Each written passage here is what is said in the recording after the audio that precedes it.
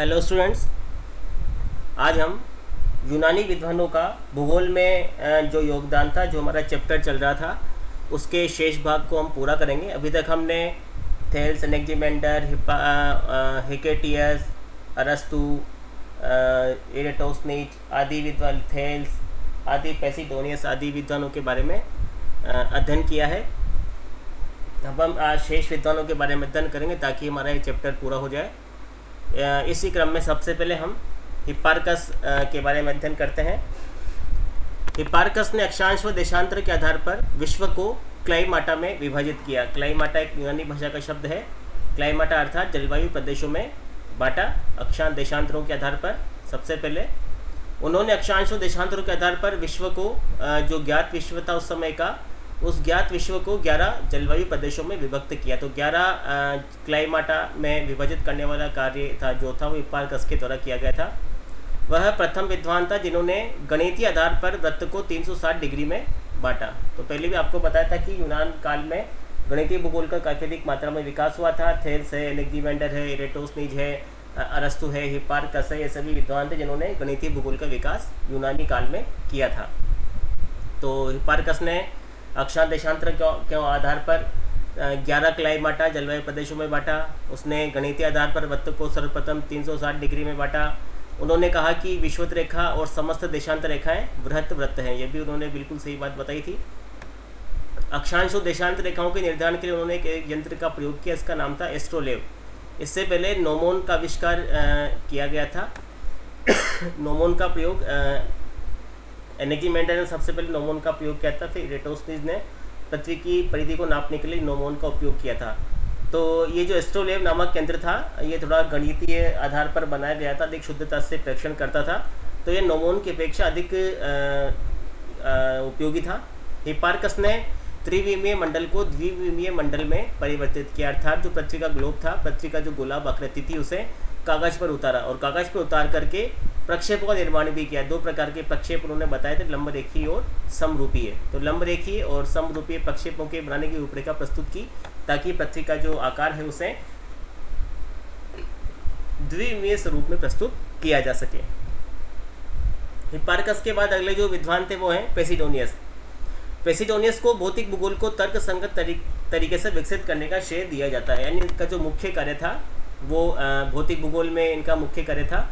इसी कारण से उसे भौतिक भूगोल का पिता भी कहा जाता है। तो इनका मुख्य कार्य भौतिक भूगोल में रहा। भौतिक भूगोल के इन्होंने तर्कसंगत तरीके से विकसित किया।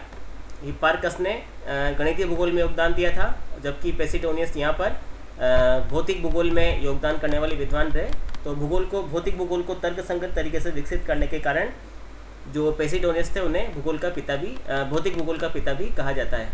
उन्होंने एक पुस्तक लिखी थी। पुस्तक का शीर्षक था दी ओशियन नामक एक पुस्तक लिखी और इस कारण से उन्हें महासागरीय विज्ञान का विद्वान भी माना जाता है। दी ओशियन में उन्होंने महासागरों के विभिन्न विशेषताओं के बारे में, तथ्यों के बारे में विवरण दिया था, इसलिए उन्हें महासागरीय विज्ञान का पिता भी कहा जाता है। तो पेसिडोनियस के जो मुख्य योगदान थे, एक तो उन्होंने भौतिक भूगोल के विकास में योगदान दिया, भौतिक भूगोल का पिता उन्हें कहा जाता है। दूसरा, उन्होंने एक पुस्तक लिखी जिसका नाम था दी ओशियन, और दी ओशियन में उन्होंने महासागरों, सागरों संबंधी विभिन्न तथ्य बताए, इसलिए उन्हें सबसे पहले महासागरीय विज्ञान के बारे में बताने वाला यूनानी भूगोलवेत्ता भी माना जाता है। साथ ही साथ उन्होंने कहा कि जो प्रेक्षण किए ज्वारभाटा के, उन्होंने कहा कि न्यू मून, नए चंद्रमा तथा फुल मून, पूर्ण चंद्रमा के समय सूर्य तथा चंद्रमा एक सीध में होते हैं तो दीर्घ ज्वार आता है। यानी जो स्थितियाँ होती है, अमावस्या और पूर्णिमा की जो स्थितियाँ होती है, उस समय जो ज्वार आता है वो दीर्घ ज्वार आता है। ये उन्होंने उस समय अपने विभिन्न प्रेक्षणों से, जो सागरीय विज्ञान के इनकी तरह प्रेक्षण किए थे, उनसे इन्होंने स्पष्ट किया। तो काफ़ी सटीकता से इन्होंने बताया। तथा उन्होंने कहा कि प्रथम तथा अंतिम चतुर्थांश से तात्पर्य है प्रत्येक मास की सप्तमी और अष्टमी को, प्रत्येक मास की सप्तमी अष्टमी को सर्वाधिक नीचे तथा लघु ज्वार आते हैं, क्योंकि उस समय जो सूर्य चंद्रमा पृथ्वी की स्थिति होती है वो समकोणिक होती है। तो समकोणिक स्थिति होने के कारण उस समय सबसे नीचे तथा लघु ज्वार आते हैं। तो इसी कारण से उन्होंने कहा कि पूर्णमासी और अमावस्या के आसपास के समय दीर्घ ज्वार आते हैं तथा सप्तमी और अष्टमी के आसपास जो है लघु तथा नीचे ज्वार आते हैं। महासागरों की गहराई को ज्ञात करने वाला वो प्रमुख विद्वान था। इस प्रकार से हम देख रहे हैं कि इन्होंने महासागरीय विज्ञान के बारे में बताया, भौतिक भूगोल के बारे में उन्होंने विवरण प्रस्तुत किए। पहले विद्वान थे जिन्होंने ज्वार भाटे की ऊंचाई पर जो प्रभाव पड़ता है सूर्य और चंद्रमा की स्थितियों का, उसके बारे में बताया। महासागरों की गहराई के बारे में भी पेसिडोनियस के द्वारा बताया गया था। इसके बाद जो अगले विद्वान आते हैं वो हैं प्लेटो। प्लेटो एक महान दार्शनिक भी माने जाते हैं, अरस्तु के समान ही एक महान दार्शनिक और विचारक थे। उनका मानना था कि प्रत्येक वस्तु पूर्णता को प्राप्त करना चाहती है। उन्होंने उस समय बता दिया कि पृथ्वी गोलाकार नहीं अपितु वलयाकार है। उन्होंने भूकेंद्रीय सिद्धांत पर जोर दिया। भूकेंद्रीय सिद्धांत का मतलब था कि पृथ्वी जो ये ब्रह्मांड है, अंतरिक्ष उसके केंद्र में है तथा सभी आकाशीय पिंड इसके चारों चक्कर लगाते हैं।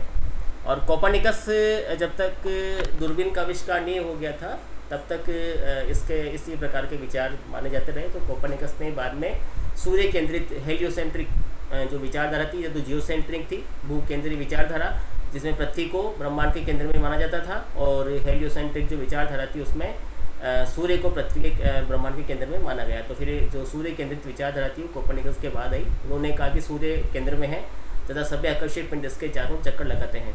उसके पहले माना जाता था कि पृथ्वी ब्रह्मांड के अंतरिक्ष केंद्र में है तथा सभी आकर्षक पिंड इसके चारों चक्कर लगाते हैं। तो प्लेटो का जो महान योगदान रहा राजनीति विज्ञान में, दर्शन में, अर्थशास्त्र में, भूगोल में, विभिन्न विज्ञान में, विभिन्न शाखाओं में इन्होंने अपना विचार आदि प्रस्तुत किए थे। और इन्होंने भू केंद्रीय सिद्धांत का प्रयोग किया था और बताया कि पृथ्वी गोलाकार नहीं अपितु वलयाकार है। तो यहाँ पर हमने हिप्पारकस के बारे में पढ़ा, इन्होंने गणितीय भूगोल का विकास किया। इसके बाद हमने पेसिडोनियस के बारे में पढ़ा जो कि भौतिक भूगोल के विद्वान माने जाते हैं।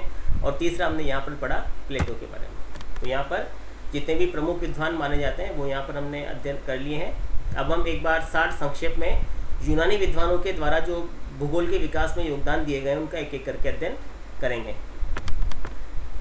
गणितीय भूगोल के विकास में जो प्रमुख योगदान था वो थेल्स का तथा एनेक्जिमेंडर का तथा अरस्तु का माना जाता है। जो प्रमुख योगदान था वो थेल्स, एनेक्जिमेंडर और अरस्तु का माना जाता है। लेकिन जो वास्तविक विकास था, इसे चरम पर पहुंचाने का जो कार्य किया था वो एरिस्टोथेनीज के द्वारा किया गया। तो ये कहा जा सकता है कि उन्होंने यूनानी विद्वानों का जो प्रमुख योगदान था वो पहला था गणितीय भूगोल के विकास में। गणितीय भूगोल के विकास में उन्होंने योगदान दिया। पृथ्वी की परिधि को नापने का कार्य किया। अक्षांश देशांत रेखाओं की सहायता से मानचित्र निर्माण का कार्य किया गया। पृथ्वी को अक्षांश देशांतर के आधार पर 11 क्लाइमाटा या जलवायु प्रदेशों में बांटा। इसी तरह से जो था विश्व वृत्त को सबसे पहले 360 डिग्री में बांटने का जो कार्य था वो हिप्पारकस के द्वारा किया गया। तो इस प्रकार से विभिन्न कार्य थे गणितीय भूगोल में जो कि यूनानियों के द्वारा किए गए। और नोमोन तथा एस्ट्रोलेव दो यंत्रों का जो प्रयोग था वो भी किया गया। नोमोन एस्ट्रोलेव का तो आविष्कार ही किया गया और नोमोन का प्रयोग करने का श्रेय था वो एनेक्जिमेंडर को जाता है। तो इस प्रकार से जो योगदान था वो गणितीय भूगोल के विकास में माना जाता है इनका।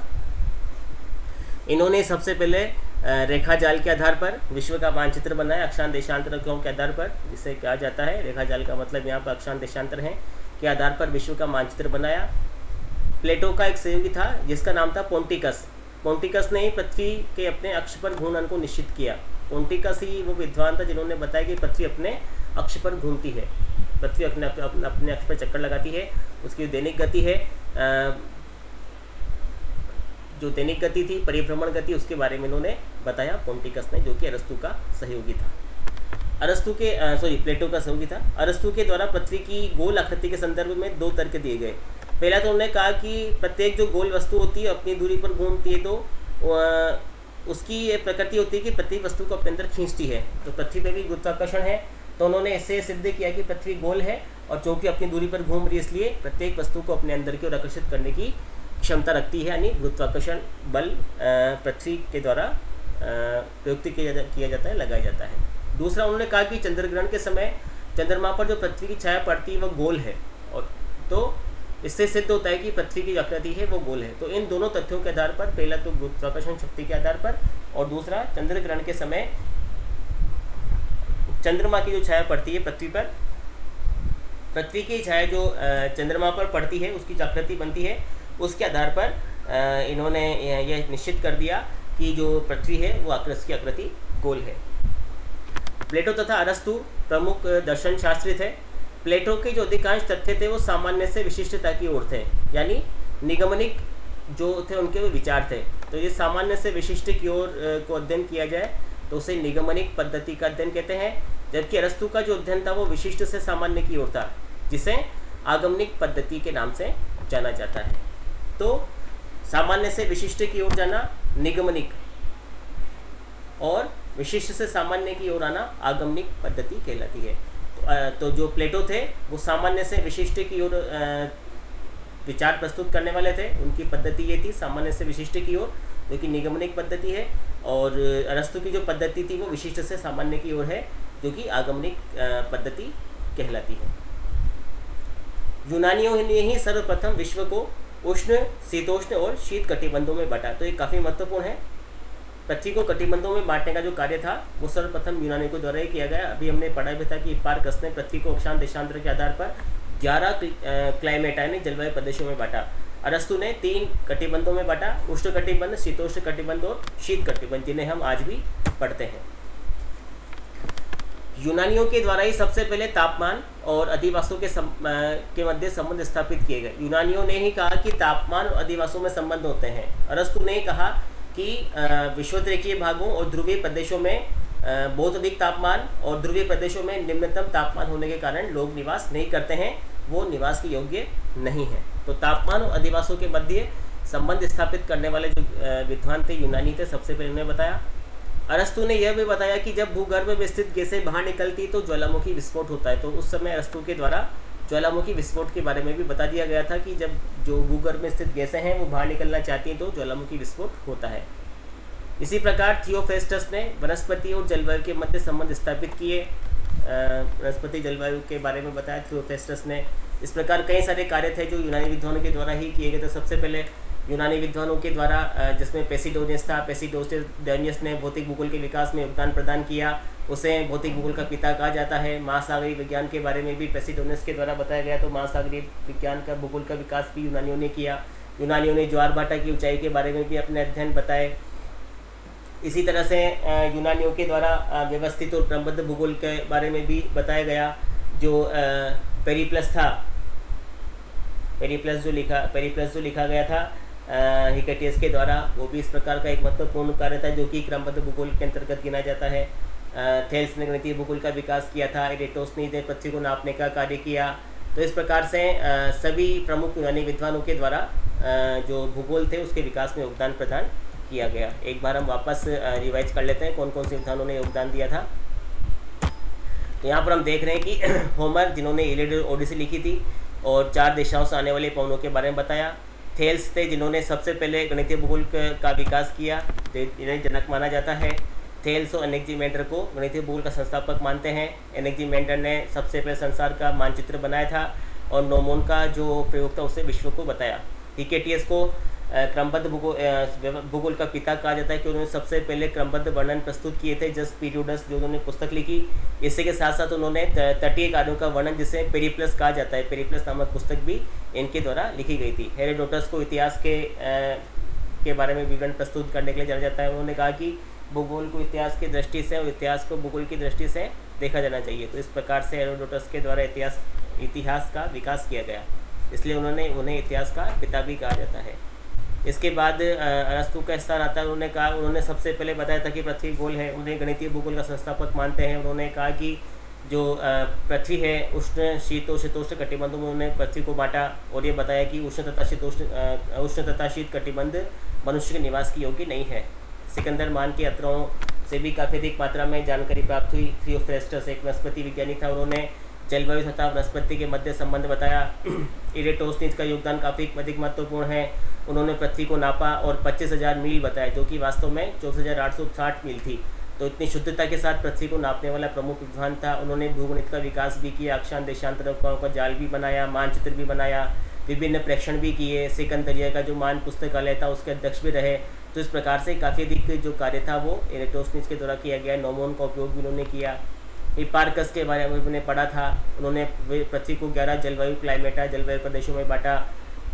वो प्रमुख विद्वान थे जिन्होंने गणित के वृत्त को 360 गणितीय आधार पर वृत्त को 360 डिग्री में बांटा। एस्ट्रोलेव नामक यंत्र का आविष्कार किया। अक्षांश देशांतर रेखाओं का निर्धारण करके मानचित्र भी बनाया और 2 प्रक्षेपों के निर्माण के बारे में विचार प्रस्तुत किए। पेसिडोनियस ने भौतिक भूगोल तथा महासागरीय विज्ञान में अपने योगदान दिया। उन्होंने ज्वार भाटे की ऊंचाई नीचाई के बारे में भी बताया। इसी प्रकार से प्लेटो के द्वारा भू केंद्रित विचारधारा प्रस्तुत की, जिसमें उन्होंने कहा कि पृथ्वी ब्रह्मांड के केंद्र में है तथा सूर्य और अन्य पिंड इसके चारों चक्कर लगाते हैं। ये कोपर्निकस के द्वारा जो हेलोसेंट्रिक विचारधारा थी, सूर्य केंद्रित विचारधारा, वह प्रस्तुत करने तक ये विचारधारा चलती रही। तो इस प्रकार से स्पष्ट होता है कि यूनानी विद्वानों के द्वारा भूगोल के विकास में काफ़ी अधिक योगदान प्रदान किया गया था। स्टूडेंट्स, आपका आज जो चैप्टर है ये यहाँ पर कंप्लीट होता है, यूनानी विद्वानों का भूगोल के विकास में योगदान। इस सारे मैटर को आप अपने रजिस्टर में नोट डाउन कर लें, क्योंकि काफ़ी अधिक महत्वपूर्ण है, इसमें से प्रश्न पूछे जाते हैं। और यदि आपके कोई डाउट्स हो तो आप उन डाउट्स को यूट्यूब